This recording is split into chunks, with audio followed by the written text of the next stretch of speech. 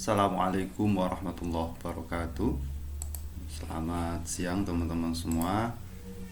Kita ketemu di mata kuliah Perencanaan Pembangunan Islam. Mata kuliah ini merupakan mata kuliah kelanjutan dari Ekonomi Pembangunan, terutama bagi saudara-saudara yang mengambil konsentrasi pembangunan Islam ya di jurusan Ekonomi Syariah. Baik, kemarin saya sudah mengirimkan RPS. Semoga RPS kemarin itu dibaca sehingga saudara-saudara tahu satu semester ke depan nanti kita akan belajar tentang apa saja di dalam mata kuliah perencanaan pembangunan Islam ini. Dengan RPS itu, saya berharap seperti perkuliahan-perkuliahan saya sebelumnya, saudara-saudara memperdomani itu sehingga segala sesuatu yang akan dibicarakan dalam pertemuan itu sudah dipersiapkan, sudah dibaca, paling tidak bahan-bahannya sesuai dengan yang ada di RPS itu. Saya menyebutkan banyak sumber di sana. Silahkan bisa mencari buku, jurnal sesuai dengan rujukan yang ada di RPS saya. Baik, pertemuan kali ini saya mengawali tentang teori, tentang perencanaan. Apapun secara teori ini perlu saya sampaikan. Mungkin saudara-saudara berbicara tentang perencanaan ini juga bukan hal yang asing sebenarnya. Kalau misalnya saudara-saudara sudah dapat pengantar manajemen atau mata kuliah manajemen. Henry Taylor itu menyebutkan bahwa di dalam proses manajemen paling tidak diawali dengan perencanaan, planning gitu ya. Planning baru nanti organizing, actuating, evaluating kan itu. Nah, itu di dalam ilmu manajemen. Paling tidak dari situ saudara-saudara sudah punya bekal. Nah, dari pertemuan ini nanti kita dalami apa sebenarnya teori basic dari perencanaan itu sendiri.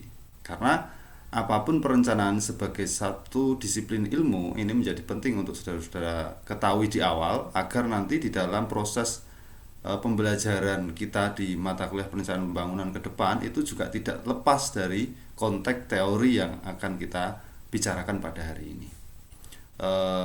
Saya skip.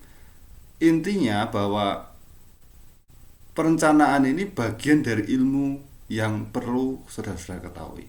Nah, karena ini menjadi bagian dari ilmu, maka paling tidak secara filosofis saudara-saudara harus paham tentang ontologi, epistemologi, dan aksiologinya.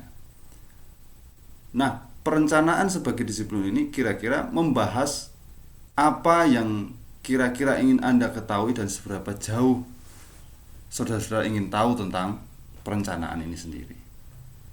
Secara ontologi, tentu saudara-saudara harus memposisikan diri bahwa pertanyakan pada diri kita sebenarnya yang ontologi dari perencanaan pembangunan kita ini apa?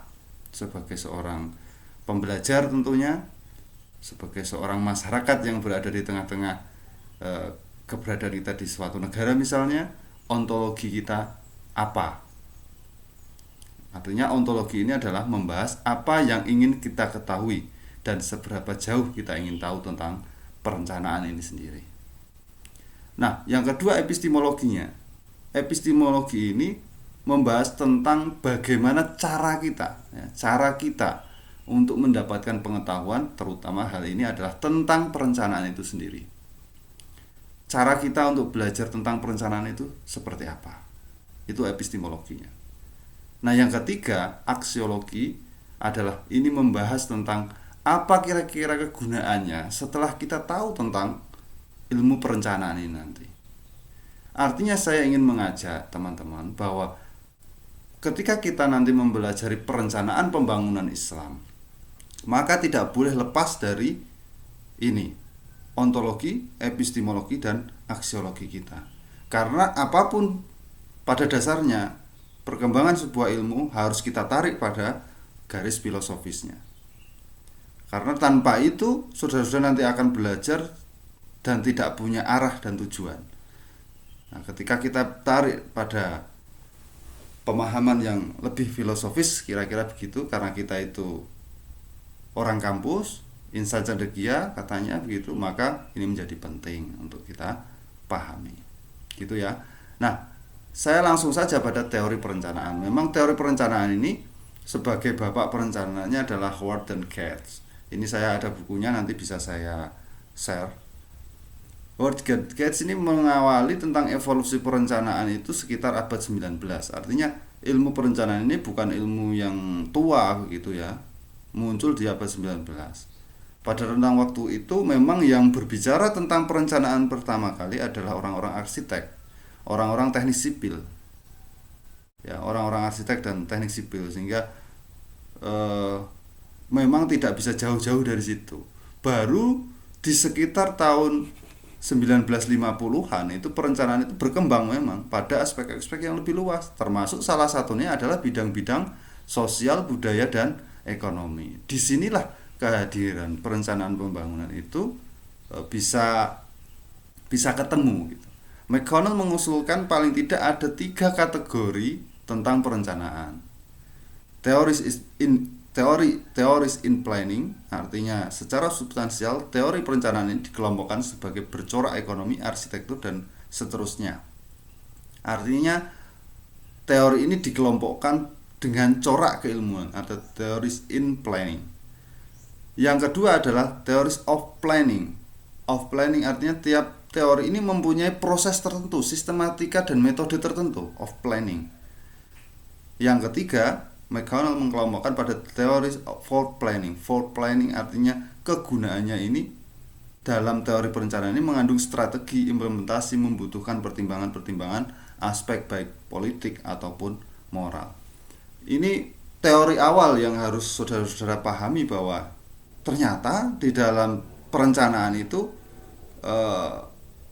secara teoritis penting saudara-saudara untuk ketahui. Nanti ada bagian teknisnya di RPS saya kemarin, tapi secara teoritis, secara filosofis, saudara-saudara juga harus tahu gitu. Paling tidak harus memahami bahwa ilmu perencanaan itu juga adalah disiplin ilmu yang penting untuk kita ketahui.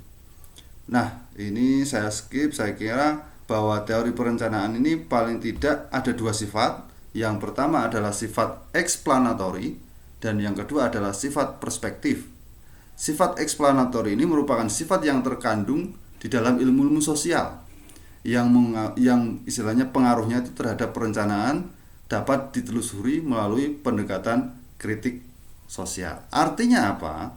Dari proses kritik sosial itulah nanti akan muncul satu pandangan baru agar proses explanatory itu tadi bisa menjadi satu perspektif di dalam proses perencanaan. Nah, yang kedua ini adalah sifat perspektif. Atas explanatory itu nanti akan muncul sifat perspektif juga yang merupakan pengaruh dari cara berpikir positivisme dalam dunia perencanaan. Artinya perspektif ini menjadi juga sifat yang tidak bisa lepas, bahwa teori perencanaan itu menggunakan cara berpikir positivisme. Positivisme itu artinya terukur, harus terukur. Ya, biasanya kalau orang-orang positivisme itu dekat dengan angka-angka, tidak bisa asal bunyi, tetapi by data, by angka gitu. Nah, yang selanjutnya, teori perencanaan ini juga menggunakan pendekatan scientific and critical. Nah, ini tadi juga sudah saya singgung gitu. Nah, ini teori perencanaan dari Cattanz dan Snyder. Teori ini pada dasarnya adalah asas-asas hukum yang ini menjadi dasar suatu ilmu pengetahuan ataupun seni. Teori perencanaan juga membahas tentang definisi, pemahaman konteks, praktek, dan proses-proses di dalam perencanaan itu sendiri, sehingga pertumbuhannya itu menjadi asal-usul sejarah dan kebudayaannya menjadi lebih jelas. Nah, dari teori-teori ini sebenarnya banyak referensi yang bisa saudara-saudara gunakan. Silahkan, saya kira tidak hanya dari saya saja, saudara-saudara sudah saya biasakan untuk bisa membaca, mencari sendiri ya. Terserah Anda, yang penting punya rujukan yang jelas sumber dan sanadnya. Silahkan Anda bisa mengembangkan pengertian, definisi, teori-teori perencanaan itu sendiri. Itu ya. Ini untuk sesi pertama ini dulu, nanti saya lanjutkan di video kedua.